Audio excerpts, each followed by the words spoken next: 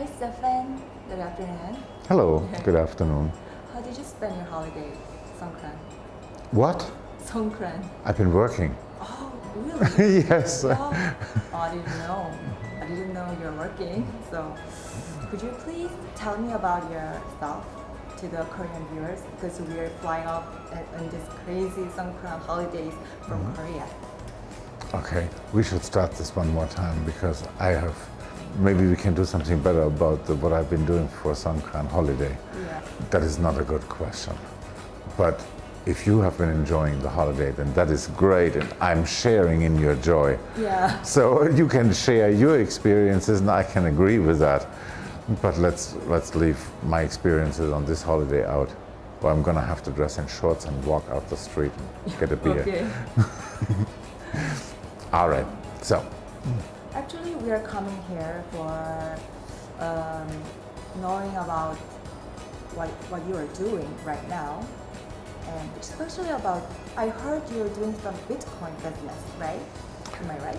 I'm a blockchain professional, and we're doing blockchain projects where we translate the visions and ideas of the business owners into technical concepts where they actually be able to sustain a business.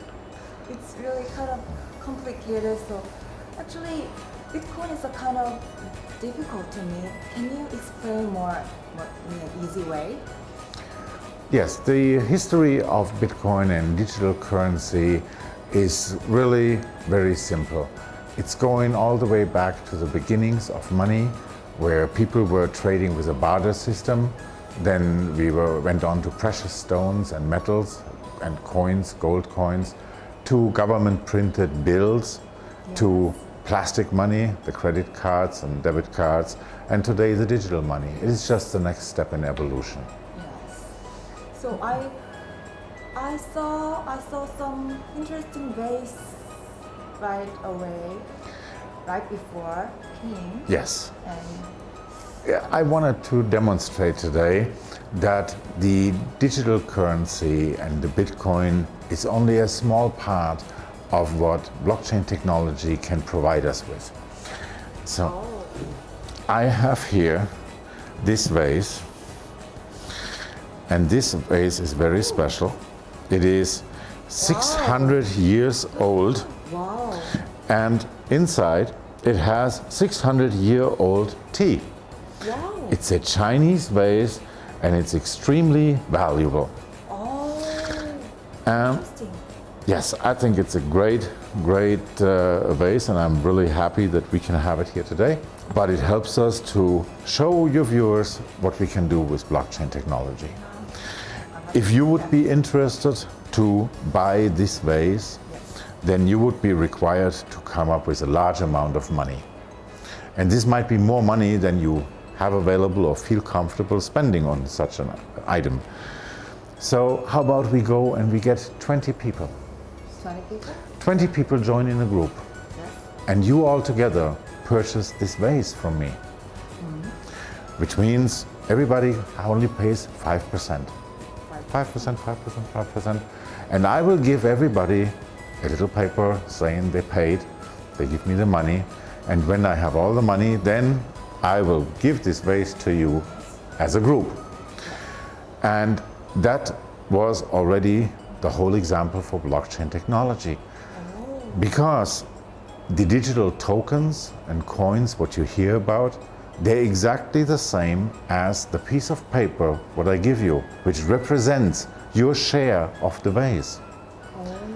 You have a token of value that says this little part is yours. And the blockchain technology doesn't stop there. It goes much further. Because maybe in those 20 people, you have somebody who thinks, now the vase is paid for. How about we go and get it? Yeah. So he comes, he opens the box, he takes the vase, he closes the box, and the next time we look, it's empty. Yeah. That would mean one person very happy, 19 people not happy. Not happy. The solution again is in the blockchain technology. We put the whole vase with the box in a container with a digital lock. Yeah, digital lock. A digital lock. Is a code, right? Yes, it might be a PIN that is required from each and every one of the 20 people that share a part in purchasing this vase. And the box will only open if everybody enters it correctly. Yes. That would be what everybody mentions inside of a smart contract. So here we have all the elements of blockchain technology. We have a group of people that do in business. They are purchasing an item, get a token value, and when the item is paid for, the item itself has an identifier in the blockchain and is aware of it, that it's paid. The lock mechanism in the box knows now it's paid and will send a signal to only accept opening from the new owners, which would be the 20, not me anymore. You know, Then this. I'm so worried that then can you suggest some solutions for underlying problems such as hacking? The hacking itself is not really a problem. Really? No, the technology is tamper-proof and fraud-proof. The only way to defraud the system is when people do it. The system itself is always safe because any transaction that happens between us would have to be verified by 4, 5, 6 people that have a 100% copy of all blockchain records and transactions. So everybody can see, yes, this is the same. And then the next transaction is added to this ledger and again transmitted to everybody. This is how it's kept safe. So then would you please tell me then, is there any right direction to the blockchain technology? Yes, I believe it's the biggest thing since the Industrial Revolution. It will change the world. It will change the world because with blockchain technology, we could hand out a digital ID to every person on this earth, which would mean we could immediately identify this one person. This one person, due to the public ledger, we could automatically know where he's from, what he's doing, where he's going. We could connect everything. It would make passports unnecessary, but therein is also the problems of the local governments that might not agree with such a vision of a global population. Yeah. The attitude towards blockchain technology, like cryptocurrencies, are vastly different, and in each country. Can you suggest any solution in that? Time will bring the solution. Right now, many governments are very skeptical of blockchain technology and digital currencies, but that has to do with their need for control and taxation. Governments hand out the local national currency, governments control the banking system. So they have 100% control of all assets and the flow of assets, and they tax to where they see appropriate. In a digital currency like blockchain, like Bitcoin, they don't have any control because where the transaction is public record, your name and your account number together, they are not. They're private. So your identity is largely covered and hidden and cannot be found out easily by governments. Then, sorry, I become so curious that can you give me some details about the blockchain techniques exchange that you invented? Yes, my specialty is dual system blockchains and side chains. Sounds complicated, but I'll try to give an example.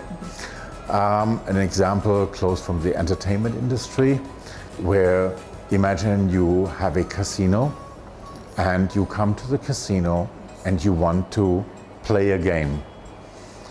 You can only play this game if you purchase their chips. Yes. Now, So they're using the government money as a payment system, and the chips is the casino internal payment system. Anything inside the casino you could also pay with chips, the same as you pay with money.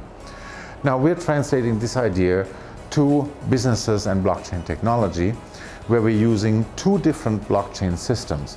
One blockchain system that allows us to create the currency, a coin, and a second blockchain that gives us a token.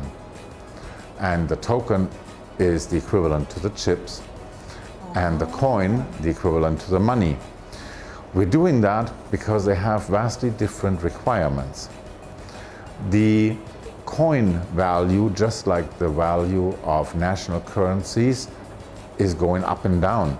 It's governed by supply and demand, and as such it has a daily course.